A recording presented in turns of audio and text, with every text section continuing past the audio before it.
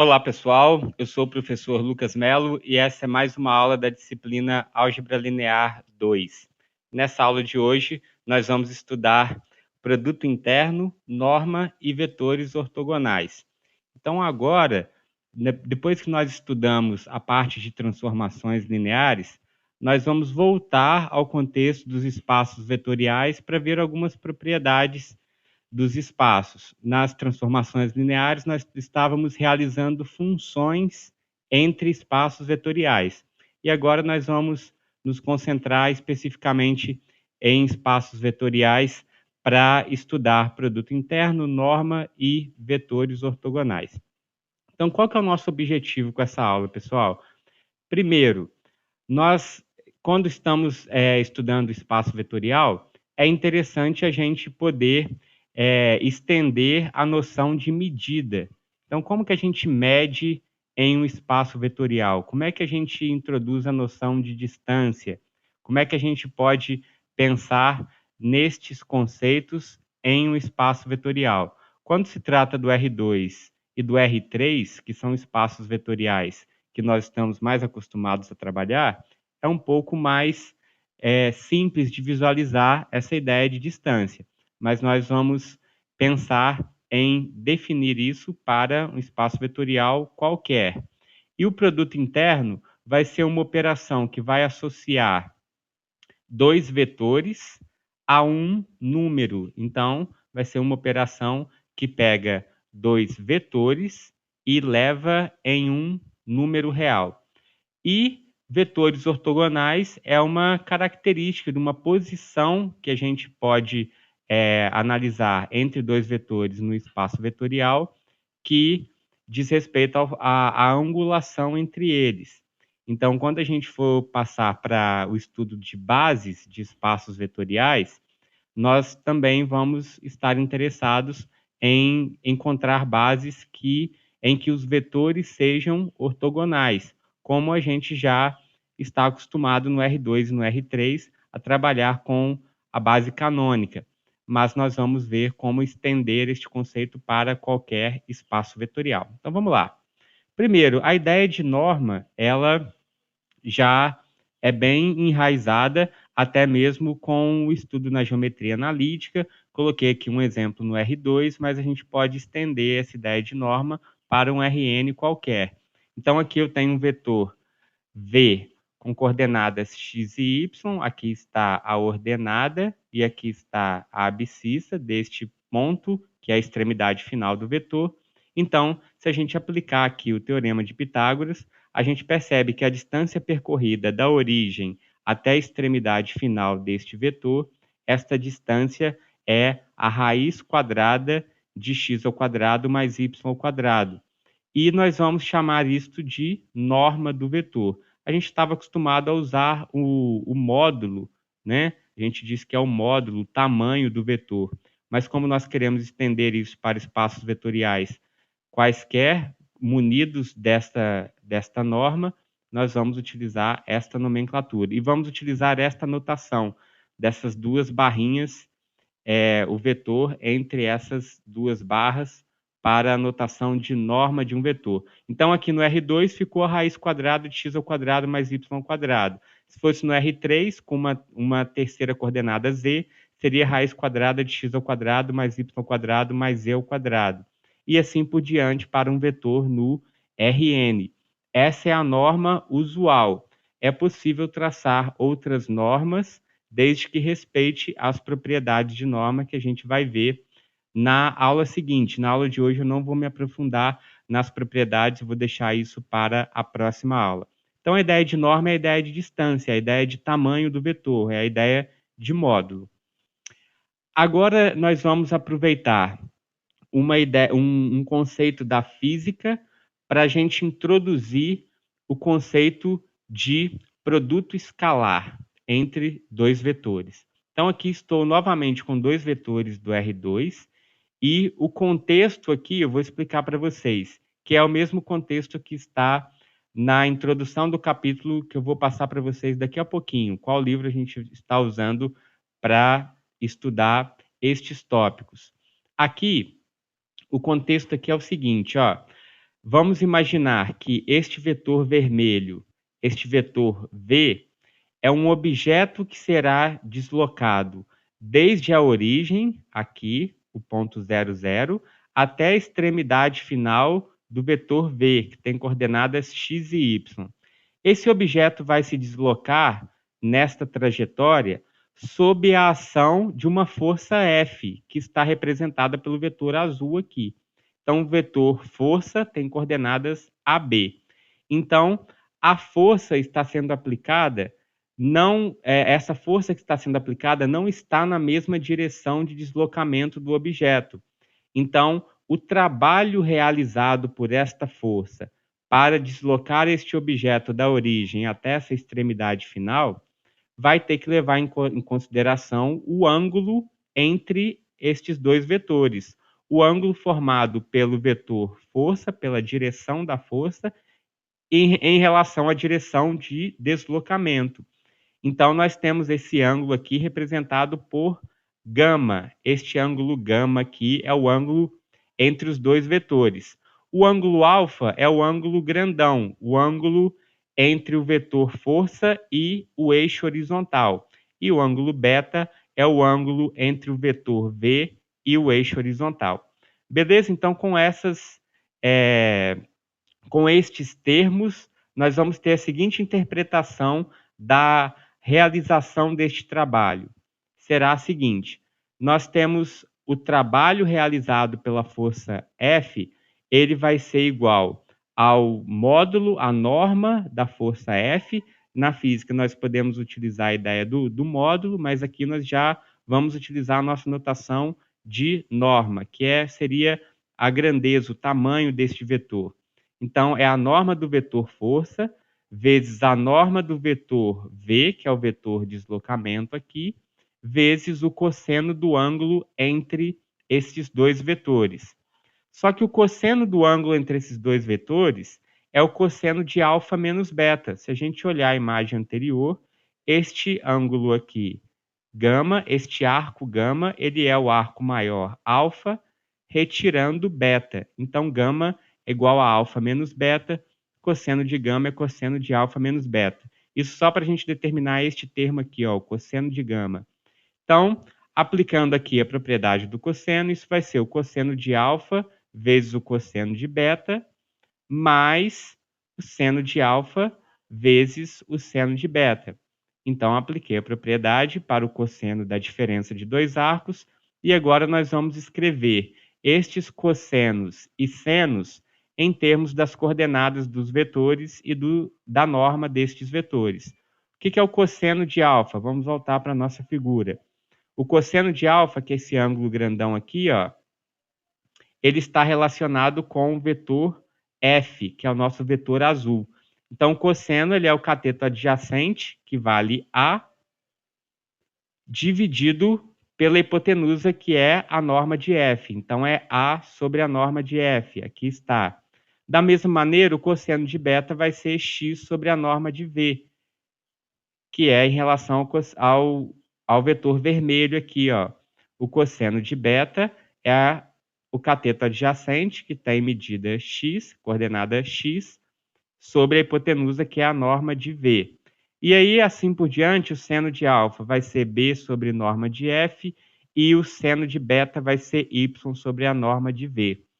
Então, substituindo essa expressão que nós encontramos para o cosseno de gama, nesta fórmula aqui do trabalho, nós temos o trabalho igual a norma da força vezes a norma do vetor V, vezes a expressão que nós encontramos, e nós podemos simplificar este produto aqui por este produto do denominador, onde resta apenas o produto A vezes X mais o produto B vezes Y.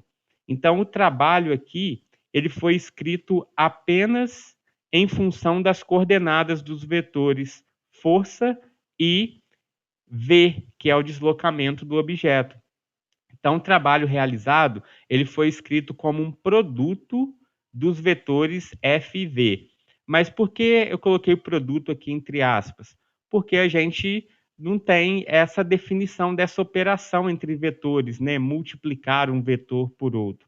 A gente sabe da operação de multiplicar um vetor por um escalar, mas multiplicar dois vetores, essa operação ainda não havia sido definida. E agora nós vamos definir, então, esse produto escalar entre dois vetores, que é uma operação que vai pegar dois vetores e vai resultar em um número. Como está escrito aqui, ó, ax mais by, se a gente voltar na nossa figura, ax é a primeira coordenada de f vezes a primeira coordenada do vetor v, mais by, a segunda coordenada de f vezes a segunda coordenada de v. Então, assim será definido o nosso produto interno. O nosso produto interno, que é essa operação que nós estamos definindo aqui agora, nós usamos esse problema do trabalho no contexto da física como motivação para definir essa operação, que foi um contexto em que o produto das coordenadas respectivas, a primeira coordenada com a primeira coordenada de um vetor, mais a segunda coordenada com a segunda coordenada do outro, apareceu no contexto ali do trabalho e nós vamos definir essa operação então.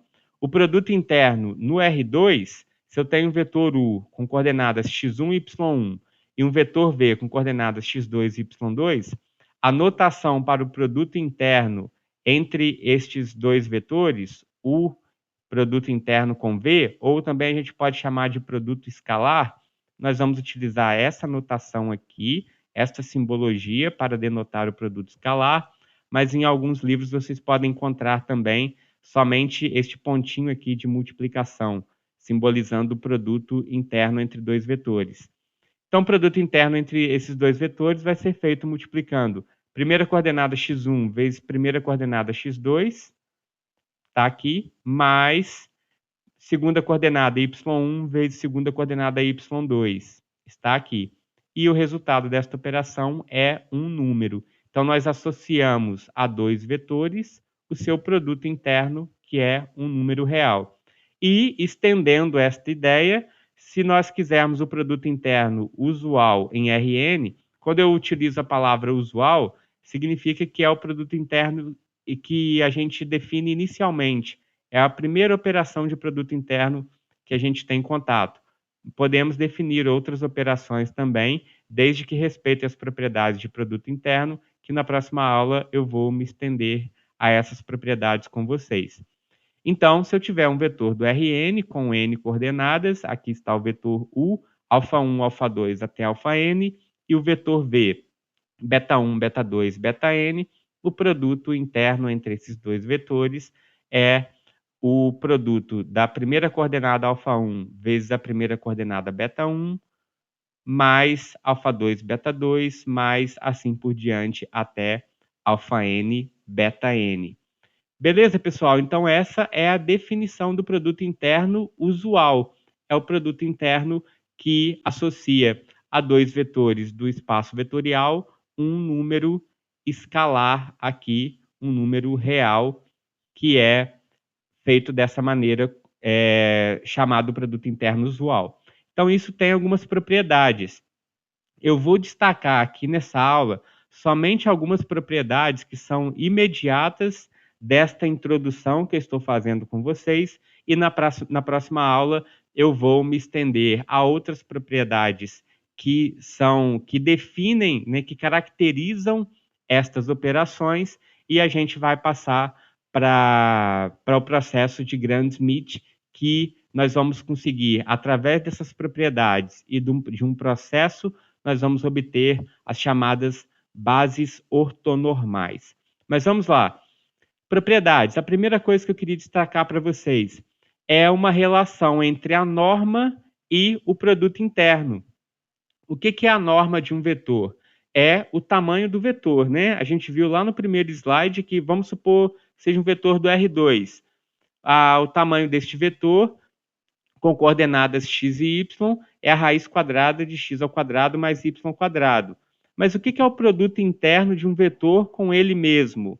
É a primeira coordenada vezes a primeira coordenada, x vezes x, x ao quadrado.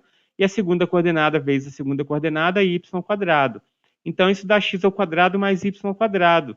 E isso é exatamente o tamanho do vetor ao quadrado, a norma ao quadrado. No R2, fazendo esse exemplo aqui. Então, eu vou voltar lá para o primeiro slide. Imagina o que é a norma ao quadrado. É x ao quadrado mais y ao quadrado. Mais x ao quadrado mais y ao quadrado é exatamente o produto interno do vetor v com ele mesmo. Então, nós temos essa primeira propriedade que relaciona norma com produto interno. A segunda é uma propriedade que vem como consequência imediata do exemplo que nós utilizamos como motivação, que foi o problema físico da realização do trabalho. A gente viu que o trabalho pode ser escrito como produto interno entre o vetor força e o vetor deslocamento naquele caso. Aqui está escrito o produto interno, ó. E a gente escreve o trabalho como produto das duas normas vezes o cosseno do ângulo entre os vetores. Então, isolando o cosseno do ângulo entre dois vetores é igual ao produto interno entre eles dividido pelo produto das normas, ok? Então, isso aqui foi apenas uma manipulação algébrica do problema que a gente extraiu do exemplo da física, da realização do trabalho. E aí, aproveitando esta formulação aqui para o ângulo entre dois vetores, a gente já coloca também a condição para os vetores, dois vetores serem ortogonais, ou seja, terem um ângulo de 90 graus entre eles. Quando é que dois vetores serão ortogonais? Como o ângulo tem que ser 90 graus, a gente vem aqui e a gente sabe que o cosseno de 90 graus é igual a zero. Então, essa expressão se reduz ao produto interno ser igual a zero, que é o numerador desta expressão. Então, toda vez que nós tivermos o produto interno dando zero, a gente pode concluir que estes dois vetores são, então, ortogonais.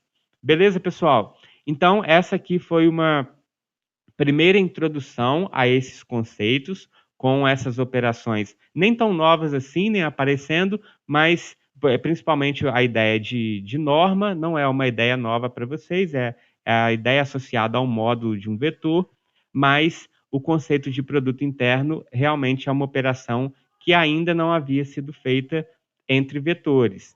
E agora nós temos essa operação definida. Quero mostrar um exemplo aqui para vocês de uma aplicação deste conceito de produto interno. Aqui eu estou usando o livro de álgebra linear do Boldrini, estamos no capítulo 8, eu vou mandar esse material para vocês. Neste capítulo que estuda o produto interno, depois de fazer essa definição e a motivação também, utilizando o problema físico, eu extraí aqui deste livro e passei os detalhamentos lá para vocês nessa apresentação. Aí depois nós vamos estudar as propriedades, ó. Aqui a gente tem a parte de propriedades que estão descritas aqui.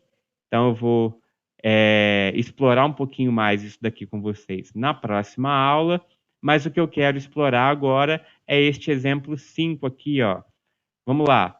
Uma fábrica produz um determinado componente eletrônico. Devido a variações na linha de produção, qualidade de material, etc., verifica-se que os componentes não têm todos a mesma durabilidade. Fazendo-se experiências com relação ao número de horas de uso efetivo, obtém-se a seguinte tabela, que relaciona durabilidade com a respectiva probabilidade. Então, nós temos aqui a primeira linha de durabilidade em horas. 2.000 horas, 2.500 horas, 2.700 horas e 3.000 horas. A probabilidade associada a cada uma dessas durabilidades diferentes. Aqui, para 2.000 horas, tem a probabilidade de 1/3.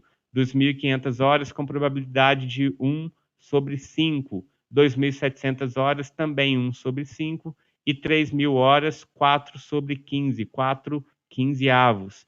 Então, utilizando essa tabela, nós queremos saber uma durabilidade média dos componentes.